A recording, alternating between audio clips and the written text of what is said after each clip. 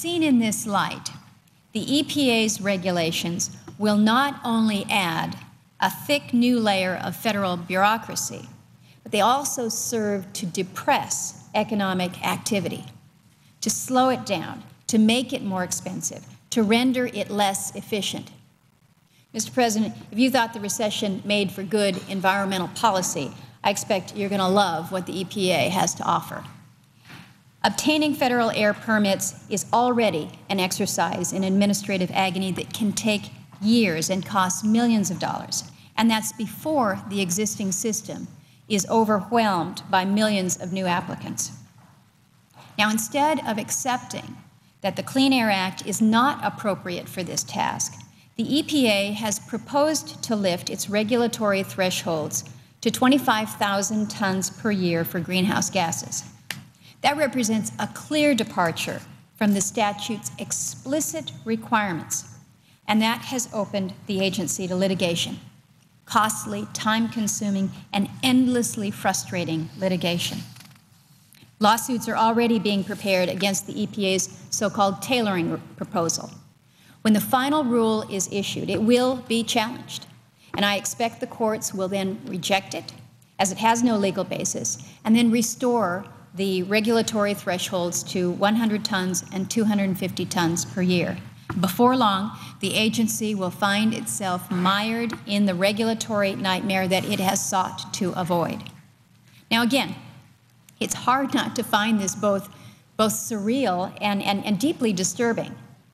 The national unemployment rate has spiked to 10+%, yet here in Washington, federal bureaucrats are contemplating regulations that will destroy jobs while millions of Americans are doing everything that they can just to find one. Moreover, given the amount of time that it's taken us here in the Senate to consider health care and the list of the many other bills that are waiting to be considered, it appears that there's not going to be enough time for Congress to debate energy and climate legislation before the EPA takes action.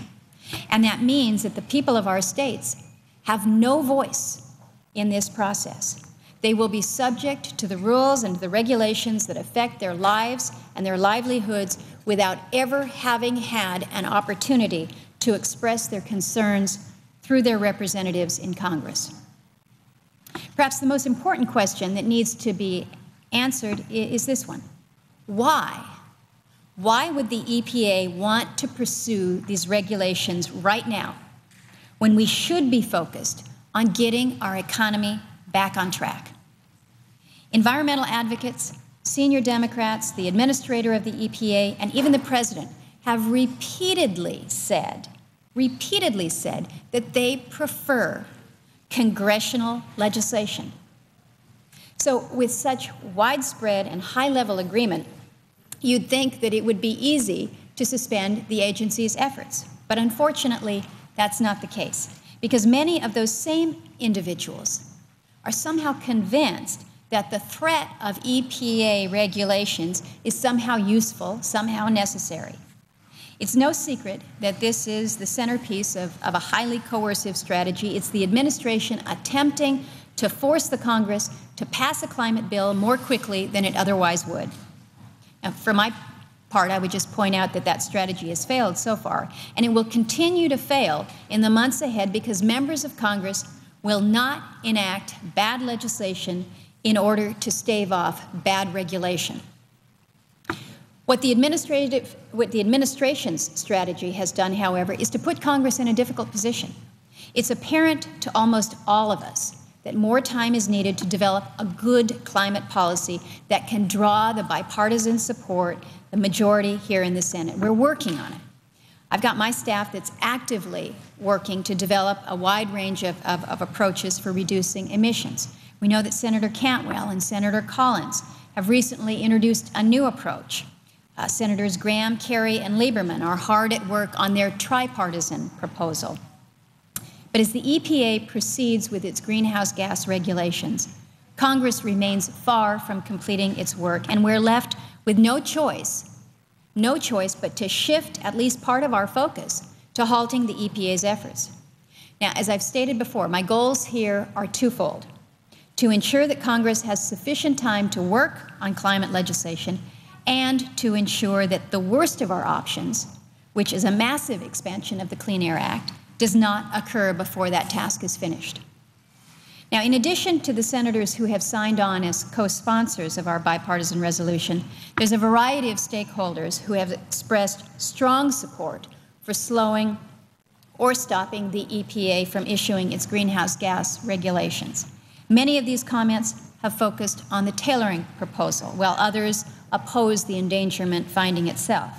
Some at the outer edges of the environmental community obviously disagree, but I think that much of the rest of America, including state officials, businesses, farmers, taxpayer advocates, all share our belief that the Clean Air Act should not be used to regulate emissions. And I'd like to give you a few examples, Mr. President. The governor of Alaska, Sean Parnell, has written that, quote, the fundamental question posed by the proposed rule is whether greenhouse gases can be effectively regulated under the Clean Air Act. We think not. Attempting to force-fit the Clean Air Act to the purpose of regulating greenhouse gases will be ineffective and negatively impact Alaska. The proposed rule would bury Alaska's businesses, institutions, and the state's environmental agencies in the regulatory burden.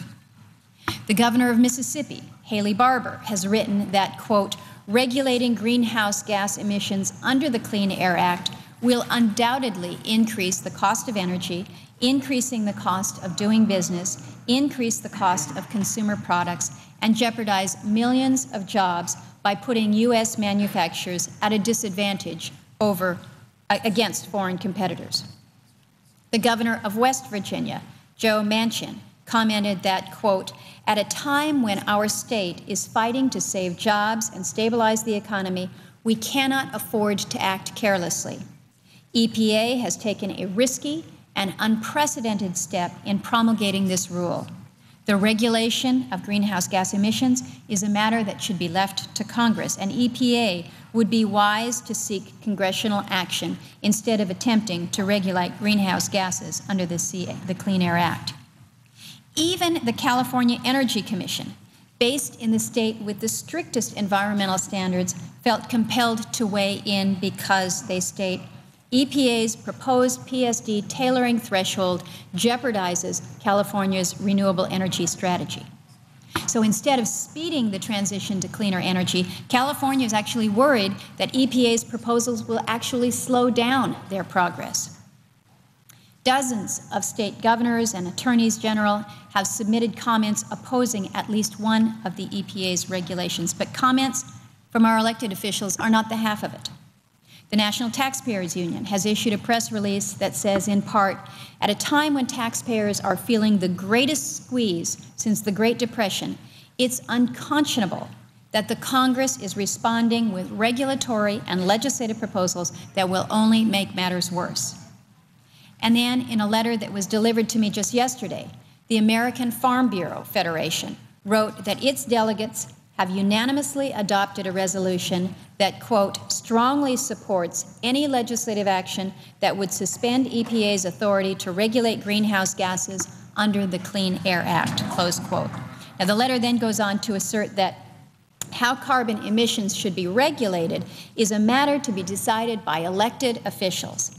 That debate is now ongoing on Capitol Hill, and it is there that these policy questions should be answered. And finally, the Small Business Administration's Office of Advocacy has concluded that the EPA's greenhouse gas rules will likely have a, quote, significant economic impact upon a substantial number of small entities, small businesses, small communities, and small nonprofit associations that will be affected either immediately or in the near term.